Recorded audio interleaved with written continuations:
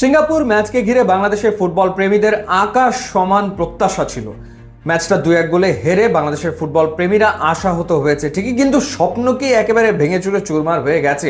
বাংলাদেশের কি এশিয়ান কাপে খেলার আর কোনো সম্ভাবনা নেই? সেই আলোচনাটা করতে চাই।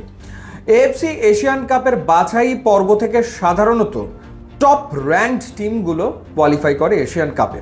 গ্রুপে দেখা যায় যে র্যাঙ্কিংয়ে সবচেয়ে এগিয়ে থাকা যে দলটা, সেই দলটাই সাধারণত কোয়ালিফাই করে। কিন্তু এবারের বাস্তবতা একেবারে ভিন্ন।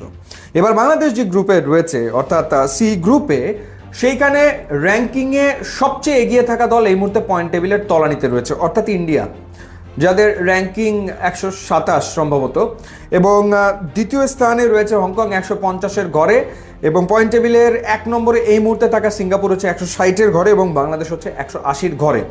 অর্থাৎ র্যাঙ্কিংয়ে সবচেয়ে এগিয়ে থাকা দল পয়েন্ট টেবিলের 4-এ রয়েছে। অর্থাৎ এই গ্রুপে নাটক অনেক বাকি আছে, কারণ বোঝা হয়ে গেছে যে এই গ্রুপে সবাই সবাইকে হারাতে পারে। কোনো দলের পক্ষে সবগুলো ম্যাচ জেতা সম্ভব না, কারণ একটা করে ম্যাচ প্রত্যেকটা দল ড্র করে ফেলেছে। এখন 4 পয়েন্ট নিয়ে সিঙ্গাপুর আছে 1-এ, 4 পয়েন্ট নিয়ে হংকং আছে 2 নম্বরে। বাংলাদেশ আর ইন্ডিয়ার পয়েন্ট হচ্ছে 1। এই পয়েন্ট টেবিলটা একেবারে পাল্টে যাবে নেক্সট ম্যাচে। বাংলাদেশ যদি হংকংকে হারিয়ে ফেলতে পারে তাহলে বাংলাদেশের পয়েন্ট 4, আর ইন্ডিয়া যদি হারিয়ে দেয় সিঙ্গাপুরকে তাহলে ইন্ডিয়ার পয়েন্ট হয়ে যাবে 4 অক্টোবরে, যদি ইন্ডিয়া এবং বাংলাদেশ তারা সিঙ্গাপুর এবং হংকংয়ের বিপক্ষে ম্যাচ জিততে পারে, এবং জেতা খুবই সম্ভব। কারণ হংকংয়ের ম্যাচও আমরা ভারতের বিপক্ষে দেখেছি, পেনাল্টিতে তারা ম্যাচটা জিতে নিয়েছে, কিন্তু তুলনামূলক ভালো ফুটবল ইন্ডিয়াই খেলেছিল, তারা ম্যাচ জিততে পারেনি। সুতরাং সেই হংকংকে বাংলাদেশের পক্ষে হারানো ডেফিনেটলি সম্ভব, কারণ যে ফুটবল বাংলাদেশ সিঙ্গাপুরের বিপক্ষে খেলেছে, ম্যাচ তো জেতা উচিত ছিল বাংলাদেশের।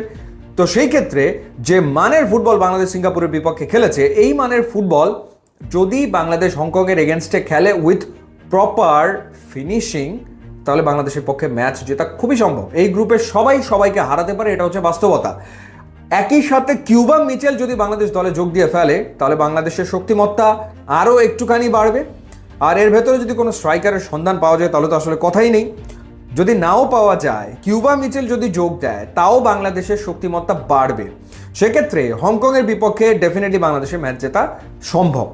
এমনকি বাংলাদেশের যে বাকি 4টা ম্যাচ রয়েছে, এর ভেতরে 2টো ঘরে, হংকংয়ের বিপক্ষে আর ইন্ডিয়ার বিপক্ষে অক্টোবরে আর নভেম্বরে, আর 2টো অ্যাওয়ে ম্যাচ, একটা হংকংয়ের বিপক্ষে আর একটা সিঙ্গাপুরের বিপক্ষে। বাংলাদেশের পক্ষে 4টা ম্যাচই জেতা সম্ভব, সেটা সম্ভব। আবার ইন্ডিয়ার যে বাকি ম্যাচগুলো আছে, সেই ম্যাচগুলো ইন্ডিয়ার পক্ষে আসলে জেতা সম্ভব।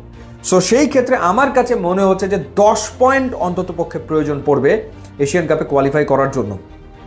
10 পয়েন্ট যদি প্রয়োজন পড়ে বাংলাদেশের, সেই ক্ষেত্রে বাকি যে ম্যাচগুলো আছে, 4 ম্যাচের ভেতরে 2টা ম্যাচ জিততেই হবে। 2টা ম্যাচ জিতলে সেইখান থেকে আসবে 6 পয়েন্ট, এখন আছে 1-7, এবং না, বাংলাদেশের সেই ক্ষেত্রে জিততে হবে আসলে 3টা ম্যাচ, 3-9 পয়েন্ট, এখন আছে একটা ড্র, তাহলে হচ্ছে 10 পয়েন্ট হয়ে যায়। 4 ম্যাচের ভেতরে বাংলাদেশকে সেই ক্ষেত্রে 3 ম্যাচ জিততে হবে।